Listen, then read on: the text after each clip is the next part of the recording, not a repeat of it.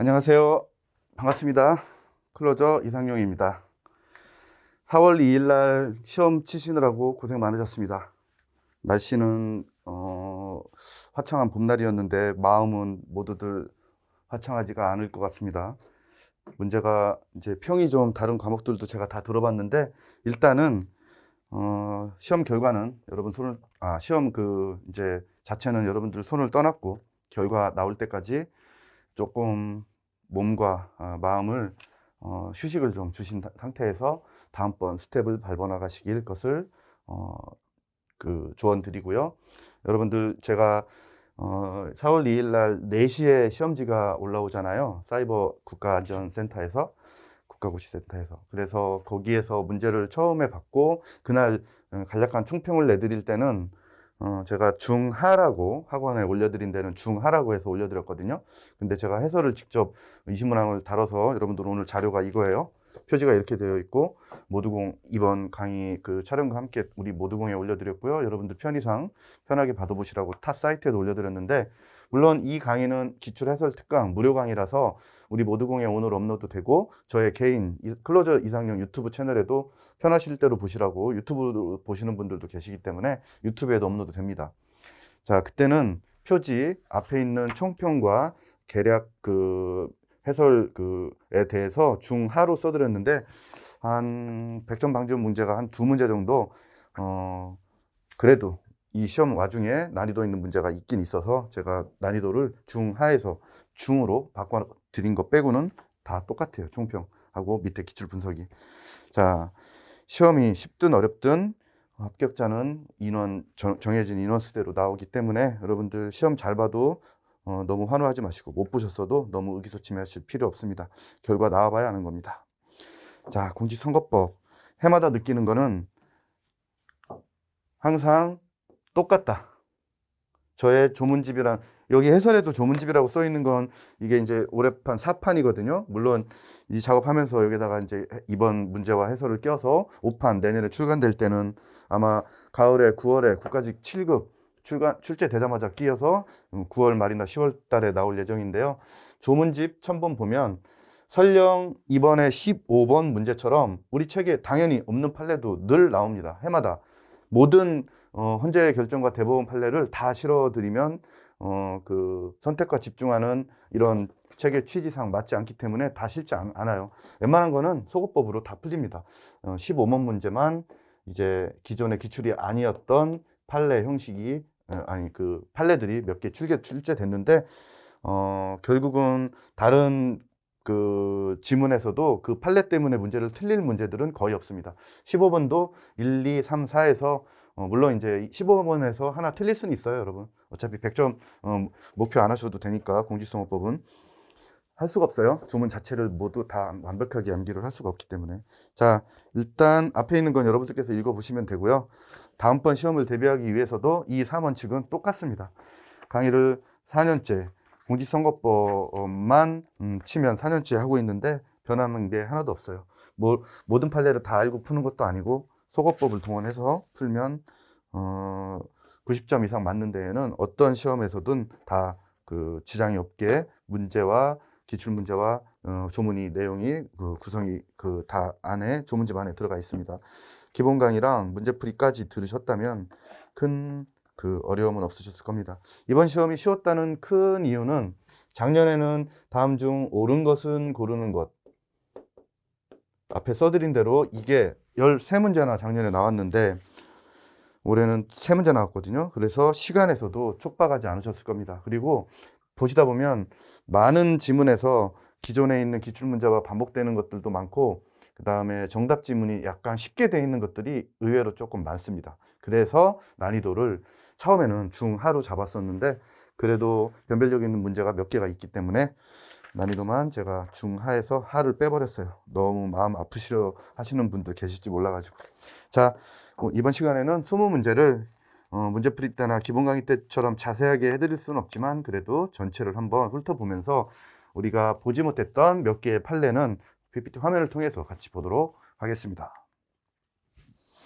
자, 1번 문제는 조문지 갖고 계신 분들 이런 문제 때문에 늘 이 표를 암기하셔야 된다라고 말씀드린 게 페이지 9에 있는 선거방송 심의위원회 등 3개, 5개 기관까지 프린트를 통해서 비교해드린 표가 있어요. 심의, 선거기사심의, 선거방송, 인터넷 선거보도 심의, 선거방송 토론위원회 등등 비교했는데 각각 설치 기관이 가장 중요하다고 말씀드렸고요. 조문 옆에다가 해설에다가 이 관련된 조문들 다 실어드렸으니까 이런 것들 확인은 여러분들이 조문집으로 하시고요. 여기서는 보시다시피 미리 그 빨간색으로 하나 써드리긴 했는데요. 여기가 틀려 있습니다.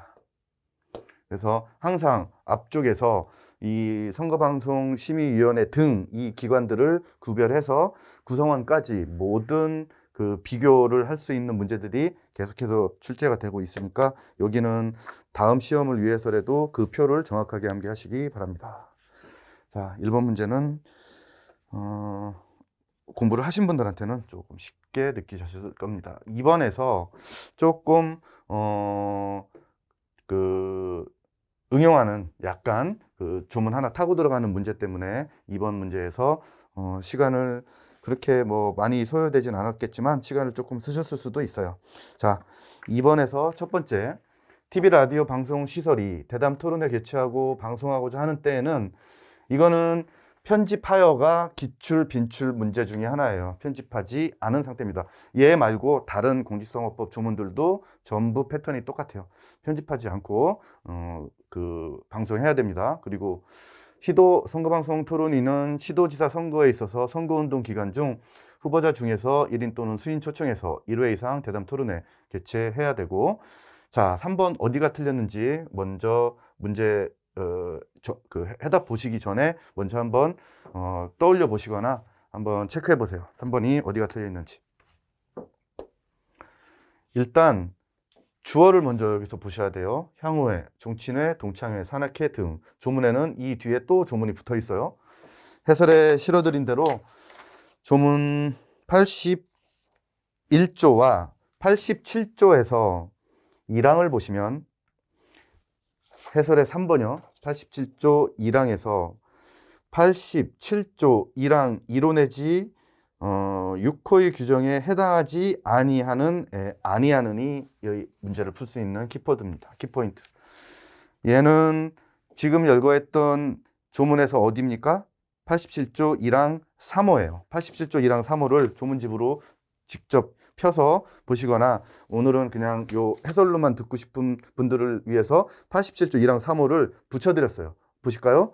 향후회, 종친회, 동창회, 산악회 등 동호인회, 계모임 등 개인 간의 사적 모임, 여기에서 앞에 있는 계모임 앞에까지 뜯어오고 그 다음에 개최할 수 있다로 문제를 틀린 선지로 구성을 했습니다. 이런 지문이라서 항상 공직선거법에서는 우리 대표적으로 53조, 입후보 등 제한, 60조, 선거운동 할 수 없는 자 등등해서 많은 조문들이 앞에 있는 조문들을 준용하거나 인용하고 있어요. 그렇기 때문에 문제를 조문으로만 내도 어렵다는 겁니다. 자, 그래서 이번에는 요 87조와 81조 타고 들어가는 이 조문으로 요 문제를 틀리게 낸 겁니다. 자, 그래서 얘는 이제 이 호 말고 다른 호로도 이렇게 문제 낼 수 있으니까 항상 기출 문제는 늘 강조드리는 게 푸는 게 아니에요. 눈으로 이렇게 한번 보고 정답 맞추고 이렇게 넘어가는 게 아니고 이렇게 나왔으면 다른 호를 가지고 얘처럼 바꿔서 문제를 풀거나 여러분들이 연습을 하시는 것이 기출 문제를 학습한다는 의미입니다. 문제 풀고 맞았으니까 넘어가고 그거는 푼 게 아니에요. 늘 말씀드리는 겁니다. 자, 세 번째 문제도 어렵지 않습니다. 문제 먼저 보시면 항상 문제 잘 보시라고 말씀드렸고요. 혹시 이제 좀 이따 보실 옳은 것은 고르는 문제 나오면 그 옳은에다가 항상 동그라미 치고 시작하라고 늘 말씀드립니다. 후보자가 선거일 후에 선거 구민에게 행하는 답례로 허용되지 않는 것. 자, 이 문제는 쉬운데 정답은 3번으로 수업 시간에 예를 강조를 드릴 때 이렇게 드렸어요. 이거를 14일로 2주로 헷갈려 하지 마시고 개정법에 그 앞에 있는 우리 현수막 때문에 여기가 헷갈리면 안 된다. 현수막 조문 때문에 이제는 그 읍면동수의 2배 이내로 바뀌었단 말이에요. 근데 여기는 선거일로 답례 금지 조문이에요. 그래서 여전히 한매입니다. 그래서 13일에 금요일까지 말씀드렸고요. 그래서 리을이 단서에 의해서 허용되는 거예요. 여기는 안 됩니다. 그래서 답은 3번으로 쉽게 떨어졌어요. 제가 그 앞에서도 전체 그 지문 다 안 본 것들 아까 앞에서 4번도 안 봤는데 다 안 본 그 지문들 여러분들이 그냥 가볍게 보시는 조문 설명 필요 없는 조문이라 넘어가는 거니까 선생님 4번 지문 안 했는데요 라고 의문을 가지시지 않으시면 되겠습니다. 자, 3번 문제 해설로 오시니까 5호에서 원래는 현수막 게시 못 하는데 이렇게는 할 수 있어요. 이번 대선 끝나고도 며칠간 붙어있던 현수막을 보셨을 겁니다. 그래서 여기처럼 이번에 뭐 딱 달랑 하나 조합 개수 문제는 없으니까 좋은 거고 달랑 하나 조합 문제가 하나 나왔습니다. 자, 4번으로 가시면 개표 옳지 않은 것. 모든 지문을 다 읽고 설명드릴 필요는 없고 3번과 4번만 설명드릴게요. 그냥 조문 읽고 특별히 필요한 그 설명 필요 없는 것들은 여러분들께서 읽어보시면 되고요. 일단은 이 그 4번에다가 제가 해설에다가 가끔씩 이렇게 다뤄드린 게 있어요. 그리고 별은 3개까지입니다.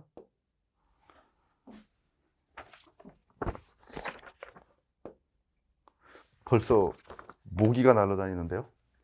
3개가 맥시멈이고 이것도 4번에다가 하나를 달아드렸어요. 이 지문 자체가 중요하다기보다는 이런 패턴으로 다른 지문도 많이 나올 수 있으니까 이런 비슷한 그 유형의 지문들 나오시면 이 4번에 틀린 게 내는 문제 출제 패턴처럼 공부하시라라는 말씀에 별을 하나 4번에다가 달아드렸어요. 자, 일단 3번에 정답 지문은 4번이고요. 3번을 먼저 한번 보시면 개표 참관인은 구시군 선관위 관할구역 안에서 실시되는 선거에 후보자를 추천하는 정당은 6인, 무소속 후보자는 3인을 선정해서 선거일 전 2일까지 2일 이런 거 숫자 잘 바꿉니다.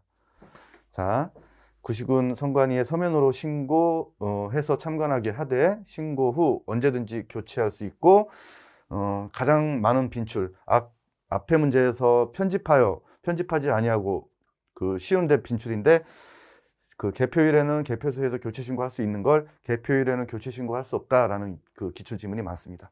그래서 여기는 요 숫자와 요 빈출 패턴을 익히시고 이렇게 공직선거법이든 다른 시험이든 어떤 건 앞에를 틀리게 하고 어떤 건 뒤에를 맞게 하고 역도 가능하고 여러 가지 경우의 수가 생기는데 여기서도 조문에다가 빨간 여러분들 이거 그 화면으로 굳이 출력 안 하시고 화면으로 보실 것을 추천드리는 게 그 색깔이 들어가 있어요.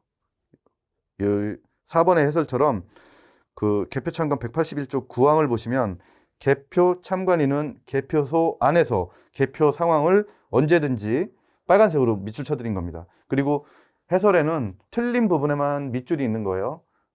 틀리지 않은 부분에는 조금 그 굵게 입혀드리거나 다른 표시를 해서 틀린 지문과 틀리지 않은 지문에 저의 모든 책에는 다 그렇게 동일화가 되어 있는데 공직선거법뿐만 아니라 다른 책도 그래야 나중에 눈에 팍팍 들어옵니다. 모든 거에다 밑줄 쳐놓으면 얘가 틀린 지문인지 옳은 지문인지 구별이 안 가요. 그래서 효율성이 조금 떨어지는 그 패턴이 있어서 항상 이렇게 일괄적으로 해드립니다. 자, 개표 참관 9항을 보시면 개표 참관인은 개표소 안에서 개표 상황을 언제든지 순회, 감시 또는 촬영할 수 있으며 개표 참관인은 개표소 안에서 개표 상황을 언제든지 참관하고 순회, 감시할 수 있으나 앞에는 맞네요. 당해 구시군 선관위원장 허락 없이 촬영을 해서는 안 된다. 이렇게 없는 걸 붙여서 틀리게 만든 지문 중에 하나입니다. 그러니까 이런 패턴 다른 조문에도 얼마든지 응용해서 또 시험 문제에서 나올 수 있다. 지금까지는 특별히 어려운 문제는 없는 거고요. 그 전제는 기본 강의, 문제풀이, 마무리 강의의 모든 강의를 듣지 않으셨어도 혼자 독학을 하셨어도 마찬가지로 적용이 되는 그 말씀이고 5번에서 처음으로 다툼이 있는 경우 판례의 의함이라는 단서가 달려 있어요. 자, 여러분 이거는 달려 있으면 쓸데없이 달려 있는 게 아니고 분명히 어떤 건 이제 판례 지문이 온전히 판례 그 대법원 판례 또는 헌재 결정으로만 나온 문제가 이번에는 두 문제가 있는데 보통은 조문 플러스 판례로 문제가 구성돼요. 대다수는 조문 문제고. 근데 이번에도 다툼이 있는 경우 판례에 의함 요 단서가 붙어 있는 게 6문항이었습니다. 보통 3, 4문항이거든요. 이번에는 좀 많았는데 전체 지문이 아니고 이 5번 같은 경우는 전부 조문 문제인데 여기 요 3번 정답 지문만 쉽게 여러분들께 제가 이제 그 시험을 직접 시험장에서 보는 그 압박감을 감안해도 실제 시험장에서 이런 것들은 기본적으로 판례를 쉽게 출제를 해주는 패턴이에요. 그래서 문제가 한 2문제 정도 빼고 난이도 그 처음에 책정할 때 그렇게 책정했던 겁니다. 자, 기표소 안에서 촬영하면 안 되는데 항상 무효표 논란 나오는 것들이 기표소 안에서 촬영해서 막 SNS에 올렸다가 내렸다가 걸렸다가 여기다가 사람 인자 찍었다가 올렸다가 내렸다가 비닐 벗겼다가 막 그러는데 어쨌든 모르고 그럴 수는 있어요. 자, 일단은 무효표 처리되니까 하면 안 되고 투표관리관은 투표가 끝난 후 지체 없이 관할 구시군 선거관리위원회 여러분 여기는 수업 시간에 이 조문이랑 다음번 조문에는 여기는 회에 꺽쇠가 쳐 있는 걸 해설로 확인되실 겁니다. 먼저 한번 보세요. 여기에 있는 해설에 있는 그 기출 표시 붙어 있는 거 이런 것들은 전부 제 책, 이 책을 컨트롤 V, 컨트롤 C 해서 그대로 우리 책에 있는 걸 가져왔기 때문에 책하고 똑같이 돼 있어요. 이 본책에도 170조 1항에 회에 그러니까 중앙 관할 구시군 선거관리위원회에 송부하여야 한다. 여기를 갖고 계신 분들 170조 한번 펴보실래요? 이거 왜 꺽쇠를 쳐드렸는지 실제 시험장에서 이렇게 나왔을 때 헷갈리지 마시라고 쳐드린 건데요. 투표함 송부 등은 그 관할 구시군 선거관리위원회에 송부해야 되고요. 조문집 갖고 계신 분들 그 다음번 넘겨보세요. 171조. 없으신 분들은 각자 조문집 171조를 펴보시면 지금 우리는 이번 시험 문제 하나 맞추는 게 중요한 게 아니라 다음번에 얘를 또 혹시 바꿨을 때 그걸 대비를 하셔야 된다는 말씀입니다. 그래서 여기 171조 조문 보시면 투표 관계 서류의 인계 제목 하에 시험 한 번도 안 나왔는데 나오는 것들 앞으로 많아요. 올해도 그랬고. 자, 투표관리관은 투표가 끝난 후 선거인 명부 기타 선거에 관한 모든 서류를 관할 구시군 선거관리위원회 위원회라고 하면 틀려서 꺽쇠를 쳐드린 거예요. 위원장입니다. 그러니까 얘랑 vs 그런 그 조문 자체의 비교가 아니고 여기를 중앙 선거관리위원 그 구시군 선거관리위원장으로 바꿨을 때 아주 조심해야 된다는 말씀 한번 드린 적이 있습니다. 세 번째, 당연히 해설에 있는 것처럼 기본서 문제집에 다 있어요. 조문집에도 있고. 자, 일단 해설로 보시기 전에 재외선거 그 투표 과거에 현재 이 그 헌법합치 결정 이전에 투표 인정 안 해줄 때 그때 선상이나 이런 데서 지금이야 이제 실드팩스 같은 걸로 비밀 보장되는 그걸 갖추어서 선상 투표를 하니까 지금은 이제 문제 삼지 않고 있는데 그 전에 선상에서 투표를 못 하게 됐을 때 그때 논리가 비밀 선거 원칙에 위배되는 거 아니냐 까져서 가니까 그런데 그때 그 비밀 선거 원칙에 위배되지 않는다는 그 논리로 이 3번 문제의 전체 해설 지금 다뤄드린 것처럼 해설을 보시라고요. 3번의 해설. 통상 모사 전송 시스템의 활용에는 특별한 기술이 요하지 않고 당사자들이 스스로 이를 이용해서 투표를 한다면 비밀 노출의 위험이 적거나 없을 뿐만 아니라 라고 해서 해설을 쭉 읽어보시면 이러니까 선상에서도 관개토 대항함에서도 투표할 수 있도록 해야 되는데 안 돼서 헌법 불합치 판결을 받고 지금 조문처럼 바뀌어서 선상 투표도 하는 거고 다른 조문들도 많이 이제 그 정비가 되어 있는 거죠. 그래서 얘는 지금 읽었던 근거 밑줄 쳐드린 그 판례 문구를 비틀어서 틀리게 낸 겁니다. 비밀선거 원칙 침해 안 됐고요. 기본서 말고 조문집만 70페이지를 펴주시면 70페이지에 이미 언제? 국가구급 2013년도에 이렇게 문제가 나왔어요. 그 밑에 있는 해설은 똑같아요. 그 취지는. 읽어드릴게요. 해상에 장기 기거하는 선원들에 대하여 어떠한 선거권 행사 방법도 규정하지 않고 있는 것은 비밀선거 원칙 준수하기 위해서 불가피하다. 돌려서 계속 문제를 출제하고 있는 겁니다. 자, 여기는 다음번 기출을 대비하기 위해서는 이번에는 우리가 7시 반까지 카운트다운을 기다렸어요.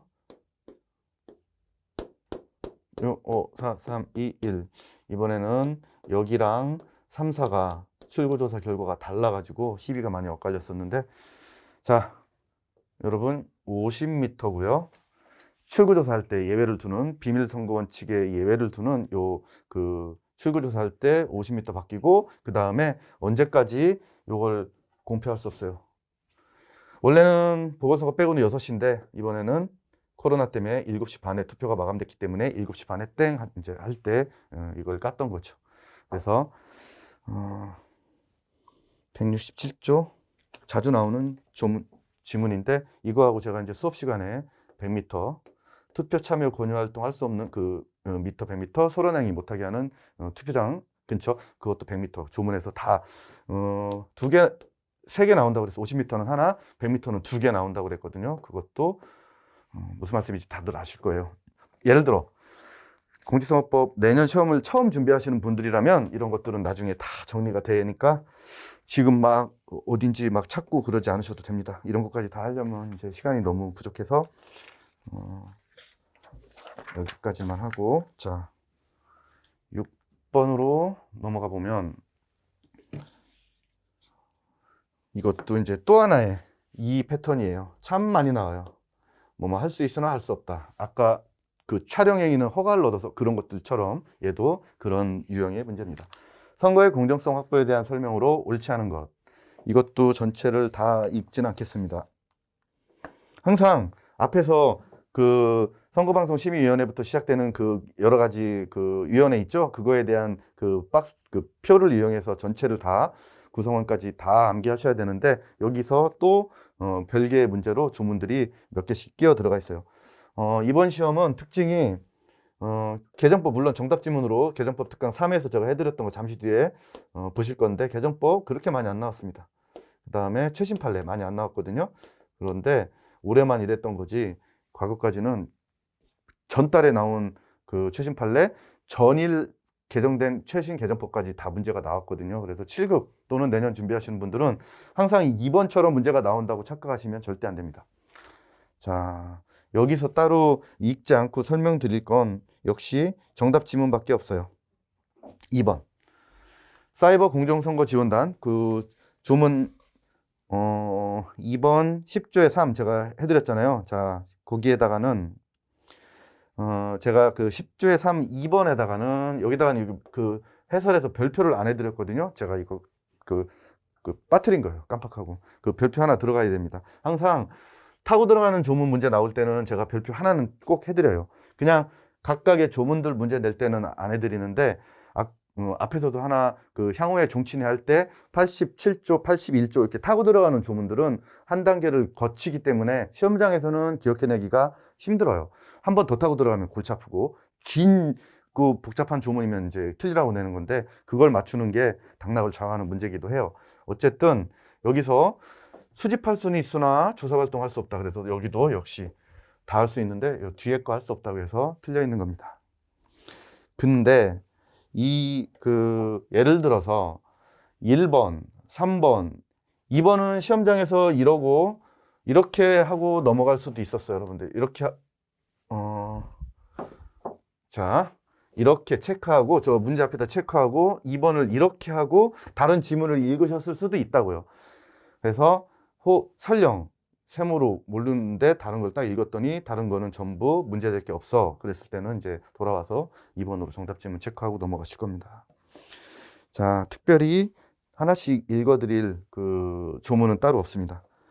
지금 앞부분에서 조금 제가 다 읽지 않는 게 뒤쪽에서 우리 그 기출 잘 안 된 판례가 몇 개 있어요. 거기에 시간을 좀 할애하게 해야 되기 때문에 오늘 약 60분 예상하고 이 강의 들어주시면 되는데요.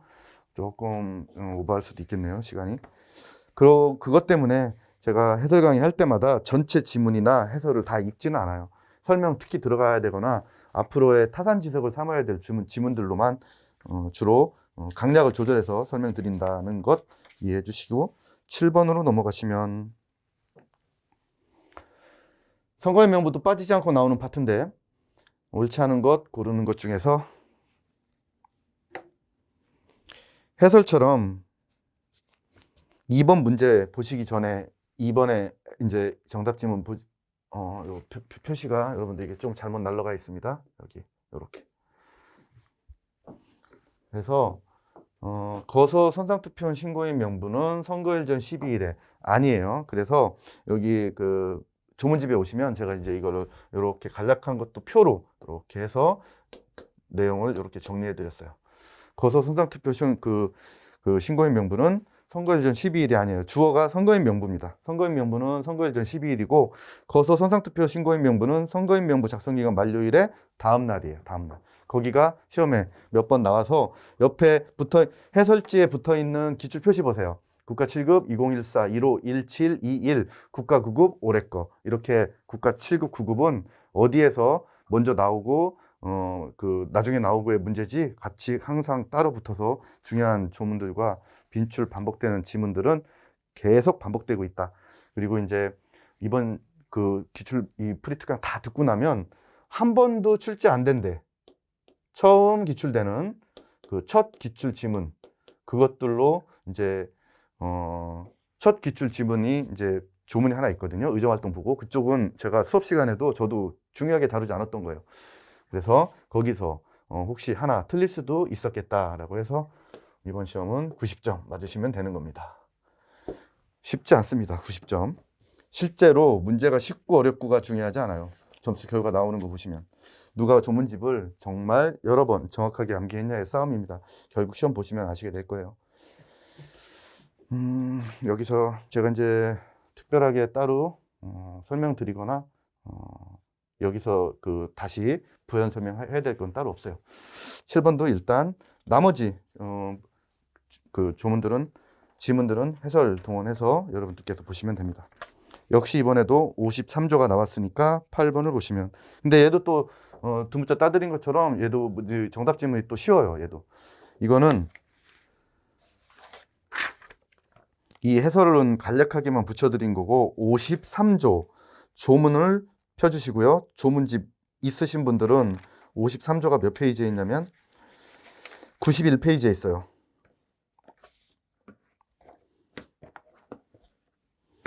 시험 끝나고 뭐 뉴스나 이런 것들 보셨던 분들은 어디 시장 출마자 후보가 여러분 그 사람이 변호사인데 검사 출신 그 조문을 몰랐겠습니까? 근데 내가 당선되면 그만두지 막 이런 소리 해서 문제 논란이 됐던 크게 논란은 안 됐지만 최근에 6월 1일 지방선거 대비로 치열한 공천 지역이 있어요. 경합 지역들 그중에서 어쨌든 90일 전까지 그만둬야 되든지 후보자 등록 신청 전인지 30일까지인지 지방자치단체장 120일까지인지 그런 것들 숫자뿐만 아니라 각각 누가 어디에 해당되는지 자 그래서 요 30일짜리에다가 늘 슬픈 소식은 장지까지 거기에 이제 비례대표 그게 이번 그 8번 문제 4번에 해당하는 겁니다. 각급 선거관리위원회 위원은 비례대표 국회의원에 입후보하는 경우 여기 비보장지에 비입니다. 비. 빨리빨리 풀라고 두 문자도 따드리는데 선거일 전 90일이 아니고 30일까지입니다. 30일. 그것만 해설의 전체를 안 실어드렸으니까 그것만 같이 다음번에 다른 패턴으로 나올 걸 대비해서 읽어드리겠습니다. 비보장지의 비는 자 1항 본문에도 불구하고 90일 전까지 그 입후보 하기 전에 사퇴해야 되는 1항 본문에도 단서는 또 예외고요. 본문에도 불구하고 1, 2, 3, 4, 5에 해당하는 경우에 선거일 전 30일까지 사퇴해야 되거든요. 첫 번째가 비례대표 국회의원 선거나 비례대표 지방의원 선거에 입후보하는 경우 여기서는 누가 그렇게 입후보했죠? 각급 선거관리위원회 위원 얘는 어디에 해당되는 거예요? 각급 선거관리위원회 위원 53조 1항 2호에 해당하는 그 사람인데 여기에서 이 해당하는 사람이라도 여기에 해당되잖아요. 그 다음에 보는 보궐선거 등에 입후보하는 경우에 봅니다. 그 다음에 장은 국회의원이 지자체 장 선거에 입후보하는 경우 그래서 장 따드린 거고 지는 첫 번째 문장 4호에서 지방의회 그 의원이 다른 지방자치단체 의원이나 장 선거에 입후보하는 경우 이렇게 해서 숫자 내용까지 53조는 완벽하게 암기하셔야 될 조문들이에요. 여러분 나머지 1번, 2번, 3번은 해설로 매칭만 시켜서 몇 호에 해당하는지만 각각 찾아 들어가시면 됩니다. 1번 한국은행 포함한다니까 이 한국은행이 가로 안에 있어요. 한국은행 포함 해설 보시면 4호 53조 1항 4호 안에 가지고 정부투자기관 100분의 50 이상 지분 가지고 있는 기관 가로 안에 한국은행 포함돼 있어서 주어가 한국은행으로 나왔고 그러니까 본문에 해당하는 53조 1항 본문 90일입니다. 이런 식으로 나머지 다 체크하시면 됩니다.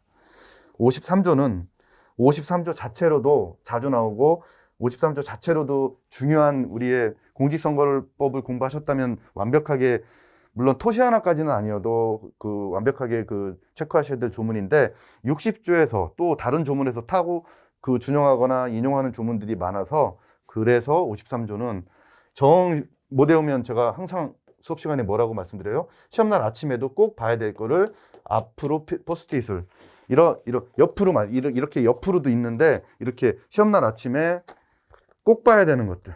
왜냐면 평소에도 열심히 암기하다가 결국 암기가 안 되는 파트가 있어요. 어쩔 수 없습니다. 공직선거법은. 그거를 시험날 아침에 보셔야 돼요. 시험날 아침에 그 이상한 거 보고 그러시면 안 됩니다. 그러면은 완전히 그거는 삼천포로 빠지게 되는 결과가 나와요. 시험날 아침에는 우리 공직선거법 숫자, 공직선거법이 들어있는 시험을 보시는 분들이라면 헌법보다 공직선거법이에요. 7급의 헌법, 공직선거법, 행정법, 행정학이 있어도 공직선거법이 1번이고 문제도 1번으로 풀어야 돼요. 숫자 바로 본 거 바로 대입해가지고 문제 푸셔야 됩니다. 자, 9번이 잘 보세요. 9번 어렵지 않습니다. 어렵지 않은데 9번은 틀리라고 내는 문제가 아니에요. 무조건 맞추는 문제인데 이 말씀을 잘 들으셔야 됩니다. 제가 첫 번째로 실제 시험장에서 이렇게 하시라고요. 이렇게 초보는 무조건 옳지 않은 것, 옳은 것 안 보고 문제 풀다가 1번 예를 들어서 X 막 이렇게 쭉 가다가 옳은 거 골라라고 그랬는데 괜히 1번에다가 막 체크하고 막 넘어가고 그러면 안 됩니다. 자, 여기는 해설에 이제 가보시면 제가 모든 헌재 결정, 기출되거나 중요한 헌재 결정, 특히 최신 거는 기본서에도 들어가 있고 문제집에도 들어가 있고 끝까지 기본 강의 때도 보고 문제풀이 때도 보고 조문집 때도 보는 이 조문집에도 거의 다 들어가 있는데 모든 특히 기각이나 합헌 말고 각하된 것까지 여기다가 실잖아요. 그러면은 책 분량이 한도 끝도 없이 늘어납니다. 그러니까 항상 현재 판례는 소거법을 적용해서 풀라라고 말씀드리는 게 그거예요. 만약에 1번, 2번, 4번이 어려운 판례고 헷갈리는 판례로 구성을 했다면 이 문제도 틀릴 수 있어요. 근데 그거랑 상관없이 정답 지문이 우리가 원래 알고 있는 기본적이고 아주 중요한 기본 판례입니다. 나중에 이제 기탁금 돌려받을 때 보면은 후보자가 사망, 당선, 그 다음에 100분의 15 이상 득표했을 때 전액을 돌려주잖아요. 자, 근데 그 안에서 공천 컷오프에서 탈락하고 후보자 등록하지 않았을 때 이때도 돌려주는 규정이 지금은 바뀌어 있거든요. 없어. 물론 이제 이 판례는 이 정답 지문 판례 말고 최근에 나온 판례가 더 중요해요. 책이나 조문집 어디든 다 들어있는 판례인데 그 다음에 얘 때문에 법을 고쳐놨거든요. 그런데 나중에 이제 공부 다 하고 나서 들으시면 이해되는데 이 판례 때문에 공직선거법을 고쳐놨거든. 그래서 여기에 포함되는 사람들도 그 기탁금 돌려받을 수 있도록 컷오프 탈락된 사람들도 돌려받을 수 있도록 했는데 이 바뀐 법을 그 법 시행 이후 최초로 시행하는 선거부터 적용한다고 그 법 바뀌는데 부칙 2조에다가 달아버렸어요. 그래서 이전에 이미 그 소송이 되어 있던 판례는 적용이 안 돼서 여전히 이 조문에서 의해서 바뀐 그 헌재 결정 때문에 바뀐 조문이 적용이 안 돼서 2021년에 나온 두 번째 판례가 훨씬 더 이거보다는 중요해졌고 그것도 시험에 나왔어요. 우리 책에도 있고. 자, 근데 이거는 그것보다 이전 거 더 쉬운 걸로 시험에 문제에 나온 겁니다. 그 과도한 제한 그 벗어난 거라서 헌법 그 해설에 실어드린 그 키워드 정도만 보시면 제가 과도한 제한이라고 할 수 있어요. 이 헌법 불합치 판결을 받고 조문이 바뀌어 있다. 나머지 것들은 끝에만 봅시다. 침해한다. 그 다음에 여러분 지금 2번, 3번 지금 제가 이제 저같이 이렇게 할까봐 여러분들한테 말씀드린 거예요. 지금 이래서 제가 항상 동그라미를 치라고 했던 겁니다. 예. 제가 이제 보여드린 거예요. 저 같은 실수하지 말라고. 그 별표 3개는 맞고 그래서 과도한 제한이라고 할 수 있어서 헌법 불합치 판결을 받고 조문이 바뀌어 있는데 아까 같은 이유로 부칙 같은 그런 조문 때문에 다시 이 지역구 국회의원 선거 말고 지자체장 선거에서 다시 문제가 돼가지고 2021년 헌법 불합치가 또 나왔어요. 아직은 법이 안 고쳐져 있는데 자 끝에만 볼게요. 빨간색으로 쭉 읽어보시고 침해한다. 그 다음에 본질적 내용을 침해한다. 그리고 여기 혹시 안 보이시나요? 침해한다. 그 1, 3, 4번 판례는 침해하지 않는 판례들이에요. 전형 우리 모든 이 판례들 전부 다 책에다 안 실어드린 판례들이 맞습니다. 그런데 정답이 너무 쉬운 거예요. 이거는 그냥 공직선거법 준비하신 분들은 다 아세요. 다. 이거는 이걸 모르는 거는 있을 수가 없는 겁니다. 그래서 1번, 3번, 4번은 이번 시험 끝나고 이제 저도 책에다 이제 내년판에다가 지금 다 실어 놨는데 그때 공부하시면 되는 거예요. 그런데 여러분들 궁금하실까봐 올해 시험 보고 내년을 준비하는 분들이 이 강의를 들을 수도 있어서 자세한 필요한 만큼의 해설을 실어 드렸습니다. 이거보다 더 많은데요. 저의 취지 아시죠? 한 면에 지문과 문제 해설이 같이 붙어 있어야 되기 때문에 줄일 때는 줄이고 공간을 잘 활용해서 문제 하나로 딱 끝내게 만들어 드렸습니다. 여러분 1번, 3번, 4번은 제가 별표 안 붙여 드렸잖아요. 우리 책에 없는 것 중에 중요한 판례 별표 붙여 드렸어요. 뒤쪽에. 근데 저런 것들은 나중에 시험 다 공부하시고 나서 이 지문을 딱 보시잖아요. 그러면 그렇게 어려운 판례들이 아닙니다. 중요한 건 얘에서 다시 한번 헌법 불합치된 2021년께 여전히 얘도 나오고 계속 반복해서 왔다 갔다 나올 겁니다. 그리고 얘가 이제 조문이 다시 정비가 되면 그때 나중에 수업 때 설명드릴 거고요. 자, 10번은 중요하니까 그러니까 중요하다는 의미보다는 중요하진 않은데 제가 아까 설명드렸던 출제 안 된 판례 중에서 문제 중에서 출제됐던 대표적인 예입니다. 출제 안 됐던 판례 중에서 자 앞에서 제가 이 판례는 여기서 실어드린 게 요거 1번 있죠? 1번 이 1번 판례는 지금 보신 이 판례예요. 근데 이 판례에서 이건 조문집에 있어요. 요 테마는 257페이지 가시면 요 판례 번호. 근데 얘는 그 당시 제가 안 뜯어온 거예요. 이거 없어도 기본적으로 문제 풀 수 있기 때문에. 그런데 이제 기술됐으니까 제가 실어 드리는 겁니다. 다시. 자, 이거는 나중에 여러분들 멈추고 한번 읽어봐 주시면 되는 겁니다. 여러분들 보시라고 제가 띄워놓은 거예요. 지금 설명할 시간은 없고. 자, 이게 이번에 처음으로 나왔어요. 이 조문이. 근데 중요하다고 제가 다음번 시험 때 또 나올지도 모르지만 중요하다고 해서 별표 3개 쳐드린 게 아니라 10번에 2번에 해설로 와보세요. 자, 문제는 이제 1번에서 정답 지문은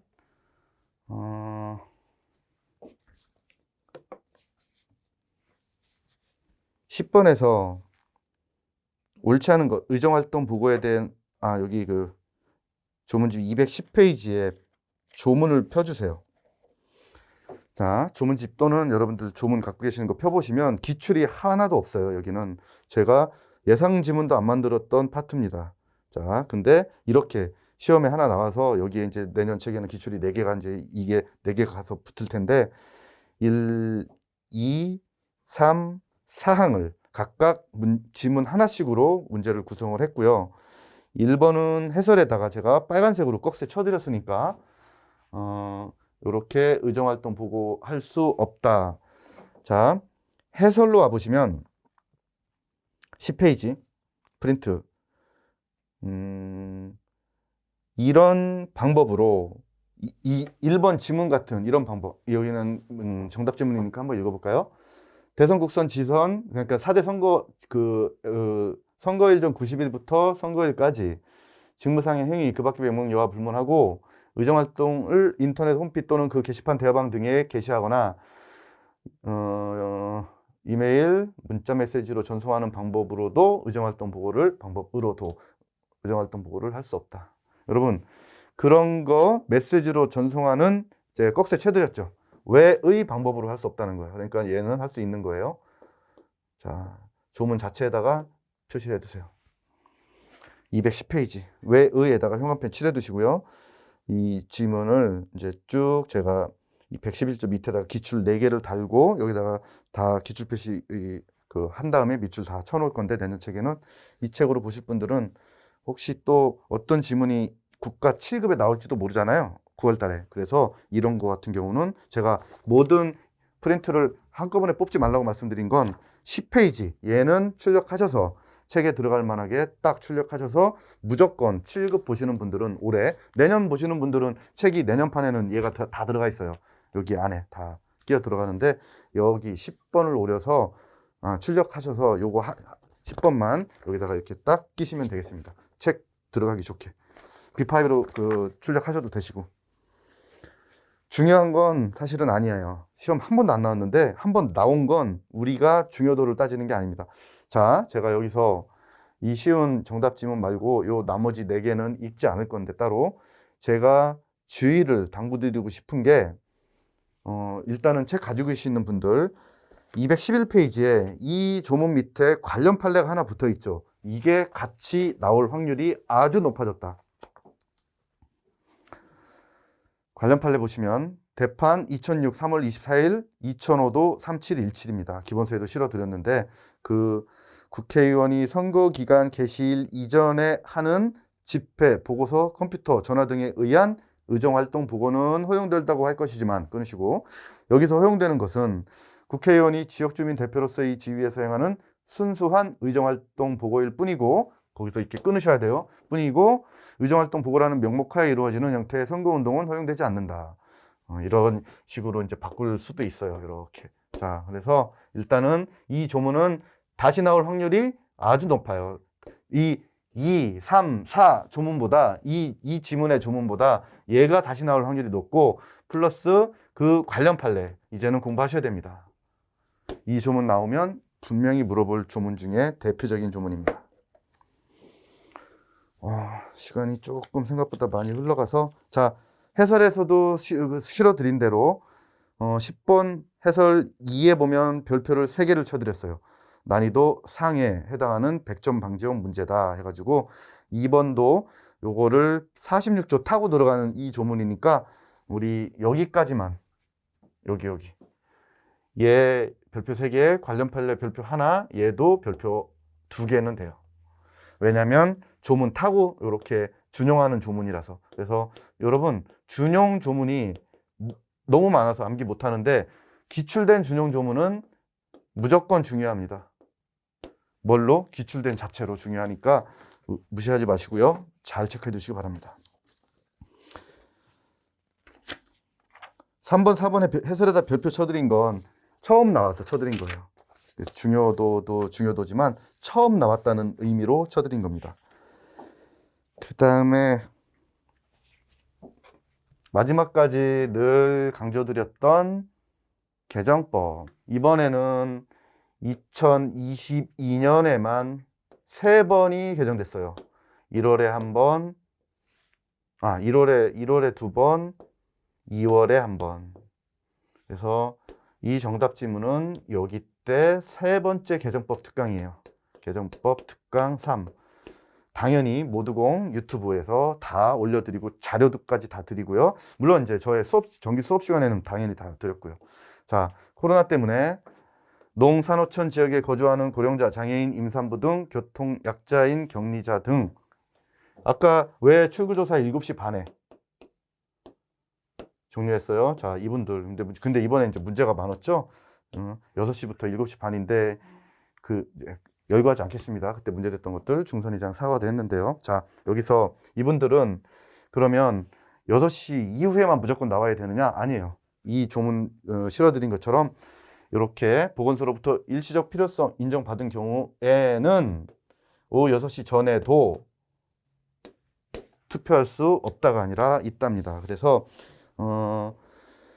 정확한 문구를 읽어보시면 해설에서 11 페이지 4번 해설에서 다만 농산어촌의 지역에 거주하는 고령자, 장애인, 임산부 등 교통 약자인 격리자 등은 관할 보건소로부터 일시적 외출의 필요성을 인정받은 경우 6시 전에도 투표소에서 투표할 수 있습니다. 6시에 열고 7시 30분에 닫는다는 바로 본문에 있는 투표 시간 조정한 거고요. 그 다음에 1번은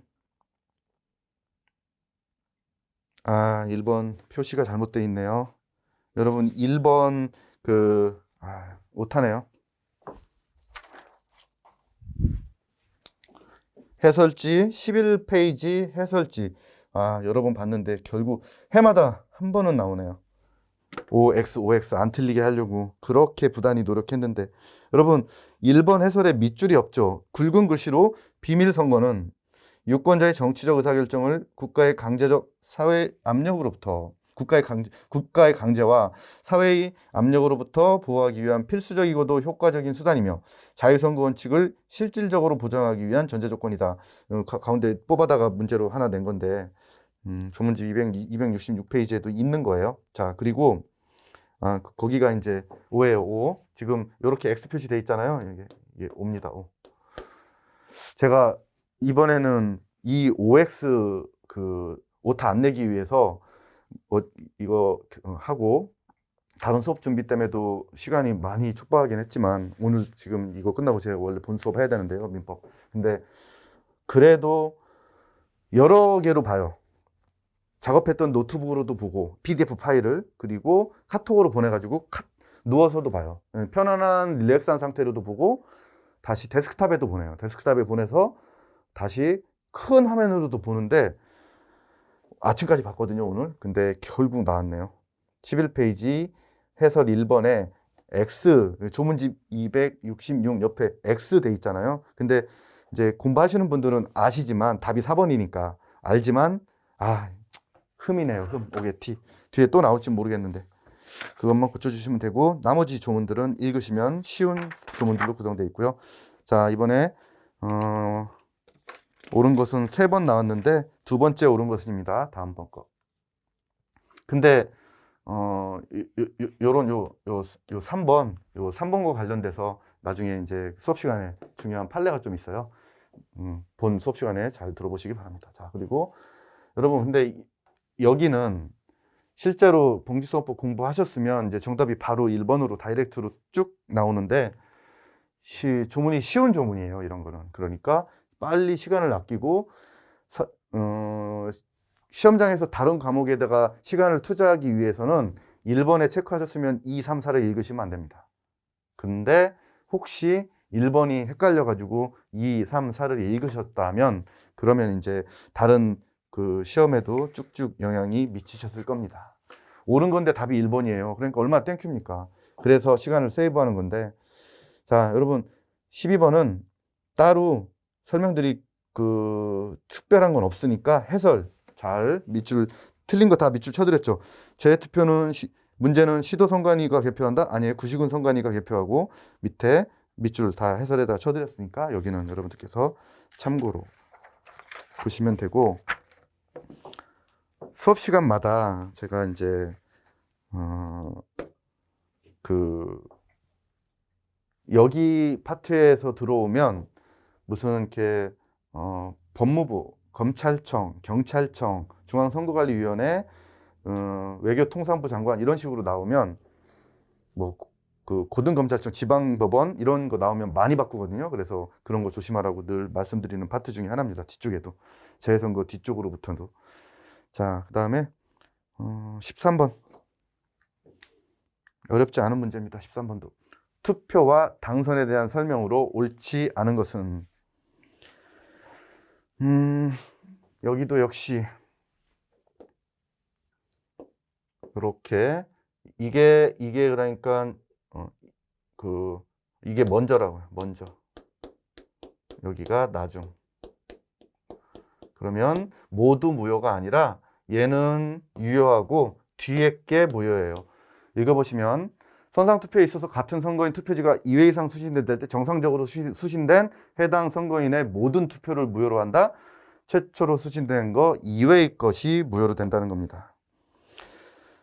해설에도 외의 것에다가 밑줄 쳐드린 겁니다. 그리고 나머지 조문들 여러분들 확인해 주시기 바라요. 자, 해설지로 오시면 14번은 여기에 별표가 2개 돼 있어요. 실제 시험장에서 찾기가 쉽지 않아. 그리고 옳지 않은 것은이에요. 옳은 것은이 아니고.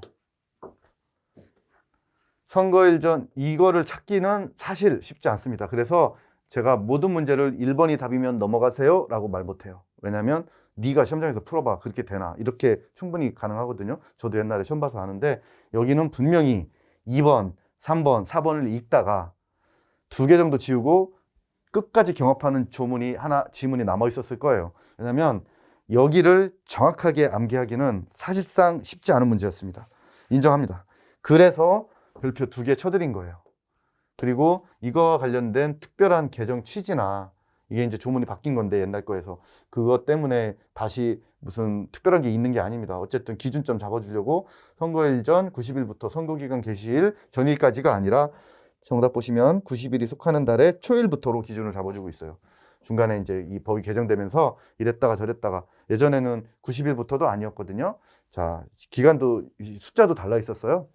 지금 제가 정확한 거를 안 써가지고 그런데 60일부터인가로 바뀌어 있었거든. 근데 90일부터 선거일 개시일간 전까지가 아닙니다. 그래서 사실상 이번도 이런 것들 때문에 힘들어요. 정확하게 암기하기 힘든 조문이고 나중에 끝까지 여러분들 괴롭혔던 1번, 2번 지문 요 정도는 공부하신 분들은 다 이렇게 하실 수 있는 조문에 속하고 자 1번에다가 2개를 쳐드린 건 다시 나왔을 때 이런 패턴으로 다른 지문 나올 때 조심하시라는 말씀입니다.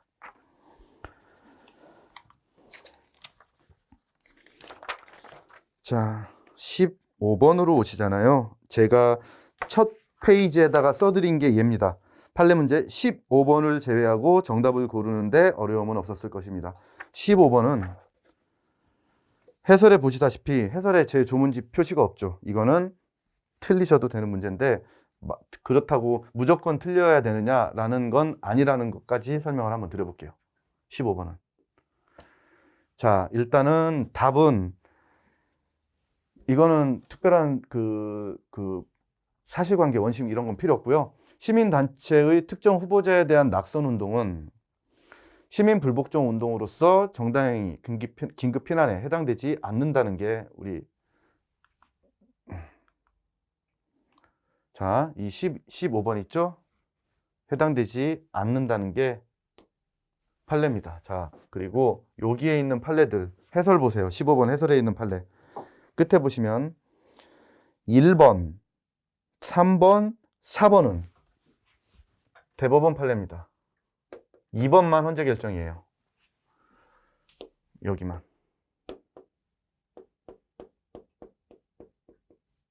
자, 그래서 한번 읽어보자. 그냥 실제 시험장에서 한 번도 안 보고 이 문제를 이제 틀리셔도 돼요. 15번은 틀리셔도 되는데 2개 틀리셔도 됩니다. 이번에는 의정활동 보고 문제 예, 2개. 근데 쭉 읽어보셨는데 이런 거에다가는 가면 안 돼. 이런 거하고 여기다가는. 그러니까 결국은 뭔 소리야? 틀리면 안 된다는 또 소리를 하고 있네라고 생각하실지 모르겠는데, 이런 건 그냥 특히 1번하고 이거는 이제 우리가 위헌 판결로 안 배웠던 그 전체 그 헌재 결정 할 때 위헌 불합치는 다 하거든요. 위헌 불합치는 안 빠집니다.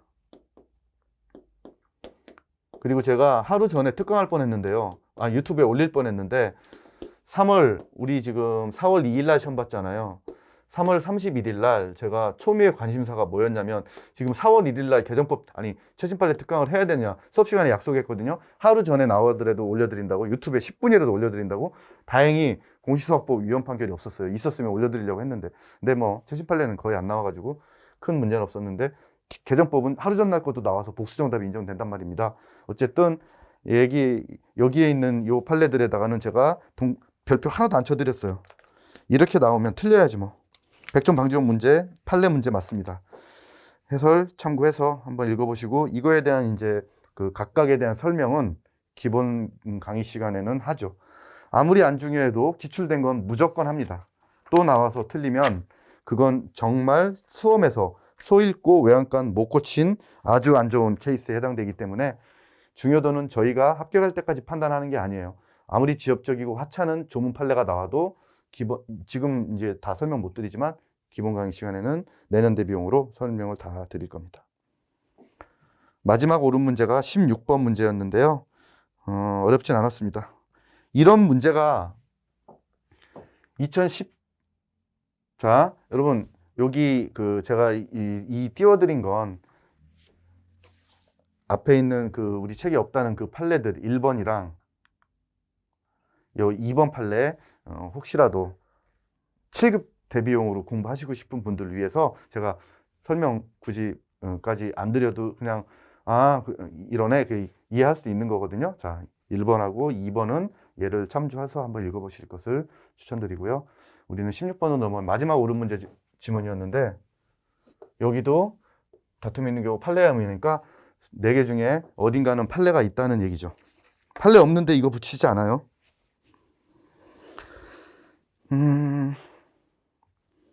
선거비용 보전 옳은 것. 자, 일단 여기가 틀려 있고요. 전액 보전해주고 해설에 써드렸고요. 자, 그 다음에 두 번째, 선거비용 보전 제한 조항이 예비후보자 선거비용을 보전 대상에서 제외해서 후보자에게 부담하도록 하는 이것은 적절한 수단에 해당하지 않아서 헌법 위반된다라는 그런 판례가 아니고, 2번도 틀려 있고, 그 다음에 여기 아주 빈출이에요. 해설 보세요. 보전하고 4번이 정답 질문이 쉬웠습니다. 중앙선거방송 토론위원회 주관 정책 토론회 개최 비용은 국가가 후보자를 위해서 부담합니다. 16번도 옳은 것을 고르는 거긴 하지만 틀리면 안 되는 문제 중에 하나였어요. 자, 이런 거를 1초짜리 문제라고 합니다. 17번 보실게요. 옳지 않은 건데, 이런 거. 이거는 한 번만 책을 보거나 기출문제를 보거나 수업을 들었으면 무조건 그냥 1초짜리 문제예요. 근데 이제 3번까지 읽어 내려오다가 시간은 조금 걸릴 수도 있었겠지. 자, 그래서 후보자를 추천한 정당에 한해서예요. 후보자를 추천하지 않은 정당은 안 됩니다. 그런데 선거 쟁송에서 가장 빈출로 많이 나오는 선거 소청은 지방선거에서만 인정된다는 걸 기본으로 잡으면서 대통령, 국회의원 선거 인정 안 되는 거 기준 잡고 쭉 선거 소청, 선거 쟁송으로 가서 선거소송, 당선소송 해가지고 표까지 다 이용하셔서 완벽하게 공부하셔야 될 파트인데, 시험 정답 지문은 쉬웠다고요. 그 다음에 18번으로 가보실게요. 자, 여론조사 조문. 근데 이제 여기에다가 18번에다가는 여기 요 2번 있죠? 해설지에는 안 써드렸는데 이런 거 조심하시면 되겠습니다. 왜냐면 108조에 있는 조문에다가 갑자기 앞에 있는 조문으로 구성도 하고 108조랑 108조의 2를 가지고 구성을 하는데 뜬금없이 108조의 그 8조의 8 선거 여론조사 심의위원회 조문을 하나 갖다 붙인 겁니다. 자, 여기서는 제가 항상 정리해드리는 그 패턴이 있죠. 읍면동 선관위 제외, 그 다음에 비용 부담에 관한 거. 앞에서도 비용 부담, 앞에 문제도 국가가 부담한다도 나왔는데, 비용 부담 조문 제목, 그 다음에 누가 부담한다, 원칙 예외. 항상 나올 때마다 정리하셔야 된다는 문제 중에 하나였습니다. 그래서 여기서는 이 1번 읽어보시면 선거에 관한 여론조사에 성실하게 응답한 사람에게는 중선이 규칙으로 정하는 바에 따라 전화요금 할인 혜택 제공할 수 있는데 이때는 그 전화요금 할인에 소요되는 비용을 국가가 부담하는 게 아니에요. 누가? 여론조사 실시한 자가 부담합니다. 자, 나머지 지문 읽어주시고 19번도 빨리 푸셔야 되는데 18, 19가 1초짜리 문제들이에요. 빨리 푸셔야 됩니다. 19번도. 이거는 뭐 공부 물론 이제 밑에 있어서 그런데 여러분 후보자가 사퇴할 때는 자신이 직접이에요. 직접 뭐예요? 가서입니다. 직접 가서. 뒤쪽에 이제 다른 조문들하고 많이 비교가 되는 그 지문이 나오는데 자신이 그러니까 이 가서가 이제 생략된 건데 대리인을 통해서는 못해요. 그래서 19번까지는 여러분들 해설지 이용해서 나머지 거 한번 쭉 읽어봐 주시고 후보자를 추천하지 아니하는 정당이다. 그 지문하고 여기 후보자가 사퇴할 때 직접 또는 대리인 완전 그냥 그 전형적인 그 예측하고 들어가는 문제들 중에 하나라서 여기까지는 괜찮고 자 20번도 두 개가 대법원 판례인데요. 이게 없는 판례인데 문제는 쉬워요. 정답은 자 물론 이제 판례가 들어와 있긴 한데 이 정답에 해당하지 않는 요 두 개의 판례에다가 제가 2번은 별표 3개 쳐드렸고요. 또 나올 수 있어요. 2번은 3번은 뭐 또 나올까 뭐 그닥 그렇게 중요하게 보이진 않지만 3번도 하나는 제가 해설해 드렸습니다. 자, 첫 번째 선상투표 신고한 선원이 승선하고 있는 선박의 선장 얘가 몇 톤지 보세요. 해설해서 아까 제가 53조도 암기하셔야 되지만 60조 무조건 암기하셔야 된다고 말씀드렸죠. 60조 1항 몇 호예요? 그 선원이 승선하고 있는 선박의 선장 9호예요. 9호. 선거운동 할 수 없는 대표적인 공각기동대를 좋아하지 선장, 간통 선장. 자, 그 두 문자 따드린 그걸 떠올리셨을 겁니다. 시험장에서는. 그래서 이렇게 돼서 20번은 틀리면 안 되는 지문입니다. 두 개를 못 봤어도 절대 틀리면 안 돼요. 차라리 틀릴 거면 아까 제가 15번 문제 그 전체를 안 본 판례가 나온다면 앞으로도 어떤 책을 보셔도 모든 판례를 그 책이나 프린트에 다 실지 못해요. 너무 그리고 과거까지 가면 바운더리를 넓히면 너무 많단 말이에요. 그러니까 항상 모르는 게 있어도 조문이나 우리가 알고 있는 판례로 무조건 문제를 맞추셔야 된다. 그거의 예외를 오늘 제가 2개 정도 아까 틀리셔도 된다 하는 거 2개 그래서 제가 중하로 했다가 하를 떼버린 거예요. 자 여기서 2번하고 3번은 마지막으로 요 4번은 해설지 통해서 문제 읽어보시면 되고요. 2번, 3번이 또 나올지 몰라가지고 프린트로는 짧게 해드렸고요. 이런 사실관계를 설명드리겠습니다. 먼저 얘가 2번이에요. 2번. 요거. 여기. 여러분 이거는 충분히 다시 나올 수 있으니까 잘 들어보세요. 한번. 페북에다 단순히 뉴스 기사를 단순히 공유한 거야. 이제 좀 이따 이제 보시면 이 좋아요를 그냥 그 단순히 하나 누르고 이렇게 갖다 퍼나르는 거 있죠. 그게 선거 운동에 해당하는지 해당하지 않는지가 문제가 됐던 겁니다. 자, 공직선거법 선거운동 의미와 판단 기준은 이미 다 어떤 책에든 그 기본적인 이론 때 공부하셨을 거예요. 두 번째 테마가 공선법상 선거운동 할 수 없는 사립학교 교원이 페북과 같은 누리소통망을 통해 자신의 정치적 견해나 신념을 외부에 표출한 경우 이게 선거와 관련성이 인정된다는 이유만으로 선거운동에 해당하는지 소극은 뜻 아시죠? 해당하지 않는다는 뜻이고 적극은 해당한다는 뜻입니다. 자 여기는 원칙적이 들어가요. 무조건 해당하지 않는 게 아닙니다. 타인의 페북 게시물에 대해서 아무런 글을 부기하지 않고 언론의 인터넷 기사를 단순히 1회 공유하기 한 행위. 여러분, 요렇게 나올 수 있어요, 시험에. 이번에는 여기 나왔는데 얘로 나올 수 있어요. 그래서 선거운동에 해당하느냐? 그래서 해당하지 않는다는 겁니다. 그래서 이거 한번 읽어봐 주세요. 쭉 읽으신 다음에 이렇게 섣불리 속단해서는 안 된다. 그 다음 게 쭉 읽어보면 뭐 좋아요, 댓글 달기. 그래서 여기를 쭉 한번 읽어보세요. 그러면서 아무런 글을 부기하지 않고 지문처럼 언론의 인터넷 기사를 단순히 1회 공유하기 한 행위만으로는 그러니까 요 정도 막 어느 정도 했을 때 그걸 이제 따져봐야 되는데 요 정도 갖고는 이걸 명백히 드러났다고 보기 어려운 경우가 일반적일 것이다. 그래서 선거운동에 해당하지 않는다는 결론을 주고 있는 판례입니다. 그 다음 게 세 번째 그 판례와 관련된 거예요. 세 번째 거. 지문을 보세요. 세 번째 거. 이번 시간 마지막. 당내 경선에서의 당선 또는 낙선을 위한 행위라는 구실로 실질적으로는 공직선거에서의 당선 또는 낙선을 위한 행위를 하는 것으로 평가할 수 있는 예외적인 경우에 한해서 그 범위 내에서 선거운동이라고 볼 수 있다. 자, 그래서 여기 한번 쭉 읽어보신 상태에서 얘만 같이 보십니다. 이렇게 종합해 보니까 공직선거법 조문들, 선거운동은 공직선거에서 당선 또는 낙선을 위한 행위를 말하고 어디서? 공직선거에서. 근데 공직선거에 출마를 후보자 뽑기 위한 그 당내 경선 있죠? 얘는 해당하지 않는다는 겁니다.